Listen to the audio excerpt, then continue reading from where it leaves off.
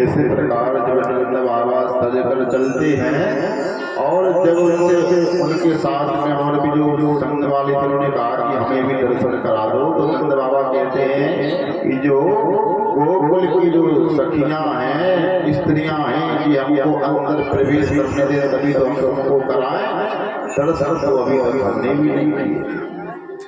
एक व्यक्ति बोला कि ऐसा करो, तुमको जब पुत्र होता है तो नच नच कर अंदर प्रवेश किया जाता है। तो नंद बाबा वहीं पर नृत्य करने लगे।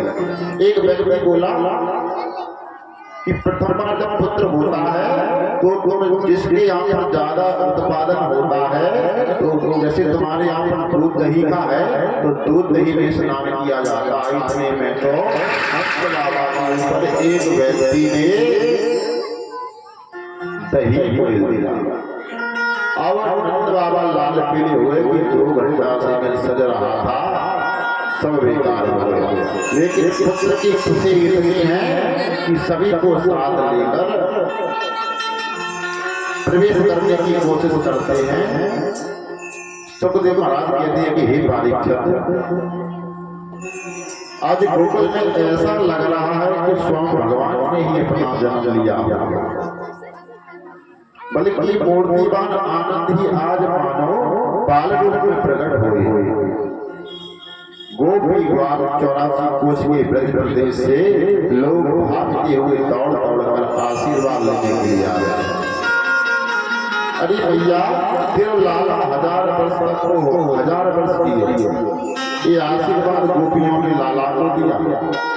ग्वाल बाल एक दूसरे पर दूध दही की होली खेल रहे हैं। नंद क्षीर सागर की तरह दिखाई दे रहा है। नंदो महास्तव्य वासो ललकते गोधन सोमात वरवरतो जीवितः। आज नंद बाबा इतने खुश हो गए हैं कि जो भी व्यक्ति है जिसको उन हाथ में पड़ता वो उठा लेता। एक व्यक्ति चांदी की थाली लेकर जा रहा था, उसे दूसरे व्यक्ति ने पूछा कि ये किस कहाँ पर पड़ रही है, तो दूसरा कहता है कि ये 4 नंबर गेट पर पड़ रही है। 4 नंबर गेट से चांदी की थाली लेकर आया, तभी दूसरा व्यक्ति सोने की थाली लेकर आ गया। ये कहाँ पड़ रही है? तो व्यक्ति ने कहा कि ये 3 नंबर गेट पर पड़ रही है। तो उसने चांदी की थाली फेंकी और सोने की फेंकी। तभी तीसरा व्यक्ति मिला तो उसको हीरे के हार अंगूठी लेकर आया। तो पूछा कि ये कहाँ बढ़ रही है, तो उसने बताया कि 1 नंबर गेट पर बढ़ रही है। इस प्रकार नंद बाबा को जो हाथ में लग रहा है वो भिक्षुकों को, गरीबों को वही दान कर रहे हैं और और स्वयं नृत्य कर रहे हैं और इस प्रकार दान कर रहे हैं। नंद बाबा के आंगन में मानो चारों ओर से आनंद की बाढ़ आ गई है। अचानक नंद बाबा को ध्यान आया कि मैं प्रतिवर्ष कंस को टैक्स देने जाता हूँ, कर देने जाता हूँ, और इस लाला के चक्कर में मैं उसका जो भी कर है वो देना भूल गया और उसकी तारीख निकल गई है। अगर समय पर कंस को मैं वहां पर नहीं पहुंचा और द्रव्य नहीं हुआ तो परंतु कुछ ना कुछ ग्वालों को वो अवश्य क्षति पहुंचाएगा। तो गोकुल के ग्वालों से कहा कि मैं कंस के पास होकर आता हूँ और जब मैं मथुरा से ना लौटूं तब तक तुमको लाला की और गोकुल की रक्षा करनी है। गोपाल गोकुल रक्षा निरुद्ध मधुरगतः नंद कंस से बात्स्यं करता गुरुग्रह। और नंद बाबा ने मथुरा पहुंचकर कंस को कर दिया, पर कह देते हैं कि वसुदेव ने कर देते समय उनको देख लिया। अब वसुदेव को चिंता हो गई कि ये तो मैं इसके यहाँ पर अपना पुत्र छोड़कर आया हूँ और ये यहाँ पर ढूंढ रहा है। तब उससे प्रणाम करके पूछा कि भैया राम राम, ये बताओ कि तुम मथुरा में कैसे घूम रहे हो? मुझे जैसे ही पता चला कि तुमको 90 वर्ष की आयु पुत्र की प्राप्ति हुई है तो अत्यंत खुशी हुई। तब नंद बाबा कहते हैं कि मैंने आपको इसलिए नहीं बताया कि आपके 8 पुत्र कंस ने मृत्यु के घाट उतार दिए। मुझे इतना दुखी हुआ कि जो मुझे खुशी है इतना आपका दुख इससे ज्यादा मुझे इतनी खुशी नहीं है, इतना आपका मुझे दुख है, इसलिए मैंने आपका सुख आपको नहीं सुनाया। अहो देवकी पुत्र कंसेन बहुयतः एक वशिष्ठ कन्या साभ्यं दिवंगतः। अब देखिए वसुदेव के हृदय में पुत्र के वियोग का शोक और नंद बाबा के आनंद की चर्चा कर रहे थे कि नंद बाबा के हृदय में पुत्र जन्म का आनंद और वसुदेव के शोक में सम्मिलित हो गए। तो मैं कहते हैं कि जे मित्र दुख हो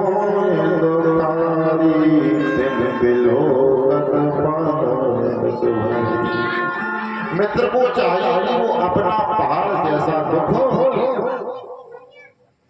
मित्र को बताए, और जो भी खुशी के पल हैं अगर मित्र के सामने दुखी के पल हैं तो उसमें अपना सहयोग करें। अब उससे कहा कि हे नंद, मैं विद्वान हूं और अपनी दृष्टि से देखकर बता सकता हूं कि अब गोकुल में विपदा होने वाली है। जब उन्होंने इतना ही सुना कि गोकुल में विपदा होने वाली है तो नंद को पता चल गया कि ये बहुत ज्ञानी है, विद्वान है और इसकी बात कभी झूठ नहीं बोली और ये कभी झूठ भी नहीं बोलता। तो कर देकर अब वापस गोकुल की ओर आ रहा। नंद प्रथम बचह सौरसती विजयतम कंसेन प्रताप घोरा पूतना बालगा शिशु सुचार निघंते पुरग्राम बलस हो। अब मथुरा से वापस लौट नहीं आ पाए नंद, इससे पहले पूतना आ गई। जब पूतना ने देखा कि गोकुल में कोई बहुत बड़ा उत्सव मनाया जा रहा है तो उसने अपना रूप इस प्रकार बना लिया जैसे 18 साल की सुंदरी बनाए रहते हैं। इसी प्रकार बाल गोपिन का रूप बनाकर पूतना नंद भवन में प्रवेश करती है सखियों के साथ और कहती है कि हे यशोदा बहन बधाई हो बधाई हो। अरे मैंने जैसे ही सुना कि 80 वर्ष की आयु में तेरे यहाँ पुत्र हुआ है तो मुझसे रहा नहीं गया और मैं लाला को बधाई देने के लिए आ गया। अब यशोदा मैया देख रही कि ये अपने मैंने तो इसको कभी देखा भी नहीं। उससे पूछा कि आपका परिचय, तो कहती है कि मैं ममेरी फुफेरी बहन हूँ। अब देखिए यशोदा मैया है वो यश देने वाली और किसी का वो दिल में दुखाना चाहती, इसलिए उन्होंने कहा कि ऐसा करो कि लाला सो रहा है अभी और दूर से ही उसको बधाई आशीर्वाद दिया। अब जब उन्होंने देखा कि ये तो पहचान में नहीं आ रही है और जब भगवान सो रहे थे तो उन्होंने देखा कि मौसी जी आ गए। जब उन्होंने देखा कि मौसी जी आ रही है तो भगवान ने अपने नेत्र बंद कर दिए। अब नेत्र बंद कर लिए तो वहां पर संतों ने महिमा बताई है कि इसलिए नेत्र बंद किए भगवान ने क्योंकि राम अवतार में जब शूर्पणखा आई थी तब सीता और लक्ष्मण थे और शूर्पणखा कहती थी कि देखो नाथ मैंने तीनों लोगों में घूम लिया लेकिन क्या है आप जैसा सुंदर व्यक्ति मुझे कोई नहीं मिला और मेरी जैसी सुंदरी भी तीनों लोगों में नहीं। तुम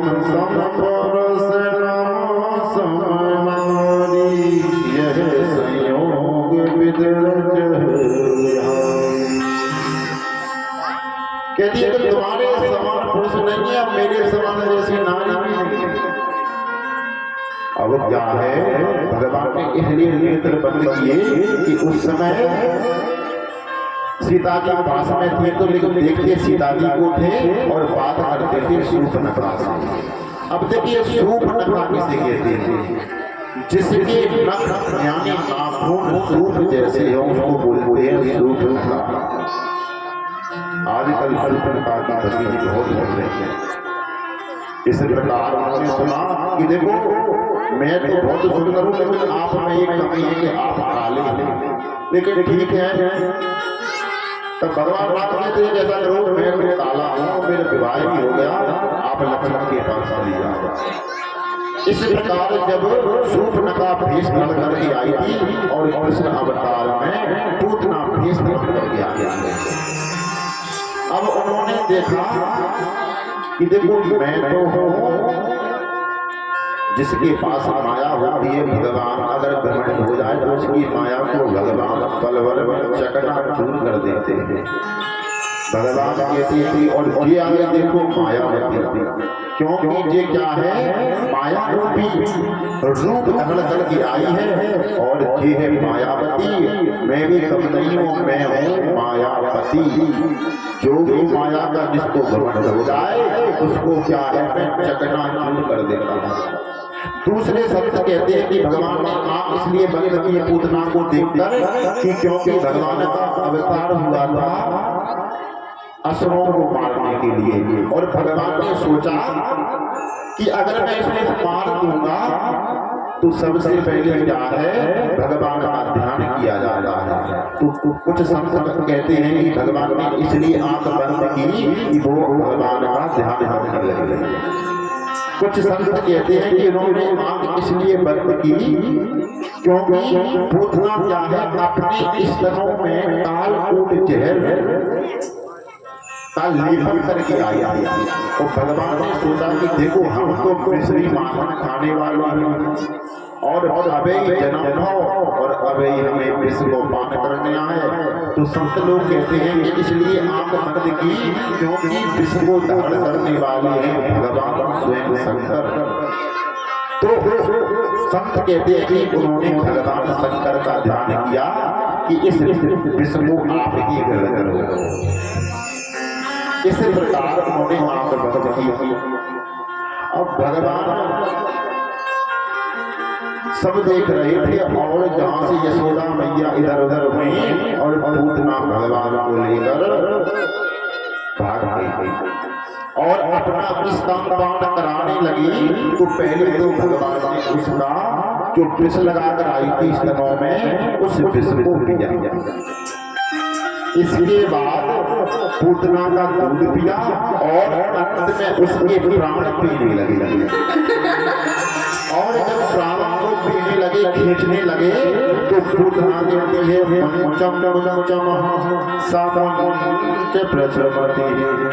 प्रभास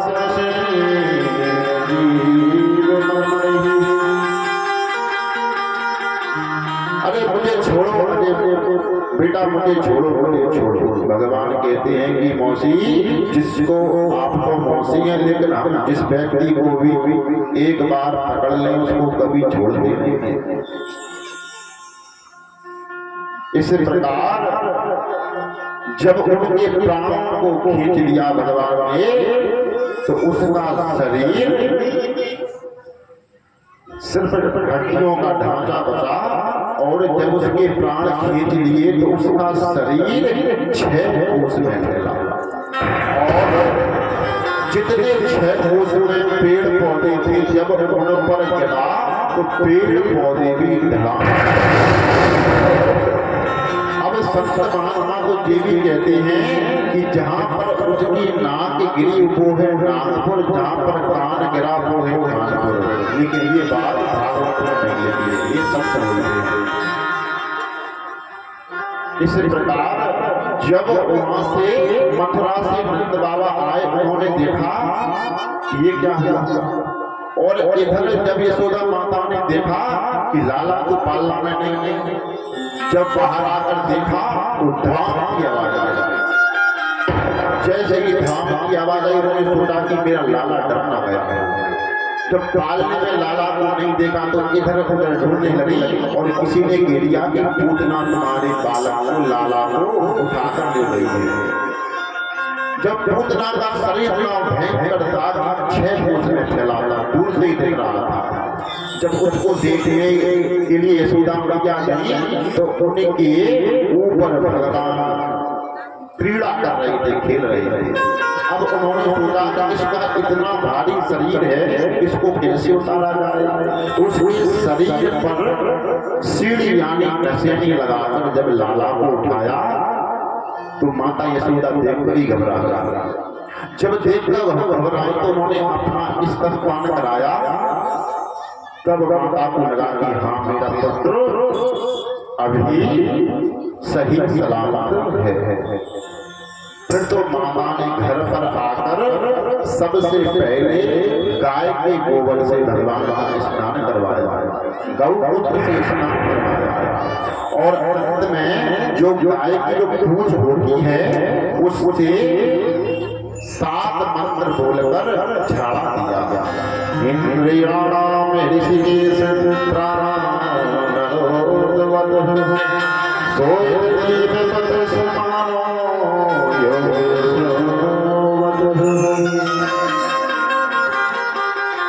इस प्रकार श्लोक बोलकर गाय की पूछना झाड़ा लाला को लगाया। नंद बाबा बोलते कि ये संकट कैसे आ गया, तो समझ गए कि मैंने पहले ही अपने मन में विचार कर लिया था कि मेरे मित्र ने बोला है कि क्या है गोकुल पर संकट आने वाला है। और ये इसलिए हुआ क्योंकि मैं दिन रात भगवान का स्मरण माला जपता हूँ, इसलिए मेरे लाला को कोई भी चोट भी नहीं आई। अब सब गोकुलवासी बोलते हैं वो तो ठीक ठाक है, लेकिन ये बताओ जिन 6 कोस में इसका शरीर फैला है इसका क्या किया जाएगा। तो नंद कहते हैं कि जो पेड़ पौधे टूटे हैं इसको उसमें ही इसके ऊपर रख दो और आग लगा दो। इस प्रकार पूतना का दहन किया गया। जब पूतना का दहन किया जब उसका शरीर जला तो इस प्रकार की खुशबू उसके शरीर से आई कि चारों ओर महक रहा। तब परीक्षित ने कहा कि भगवान ऐसे कैसे हो सकता है, क्योंकि वो तो एक असुर जाति की स्त्री महिला है। तो सुखदेव कहते हैं कि हे परीक्षित, भले ही वो पापनी थी लेकिन क्या है भगवान ने स्वयं ने उनका स्तनपान किया है और भगवान का स्तनपान करते ही ये चमत्कार हुआ। पूतना लोक बाल घातनी राक्षसी रुद्रासनः जिज्ञासयापि हरेस्तनः नाम है पूतना। पूतना का मतलब है पूत, पूत का मतलब होता है पुत्र और नाम। आस पास के क्षेत्र में कोई भी पूत नहीं होने दूंगी, उसका नाम है पूतना और राक्षस कुल की स्त्री।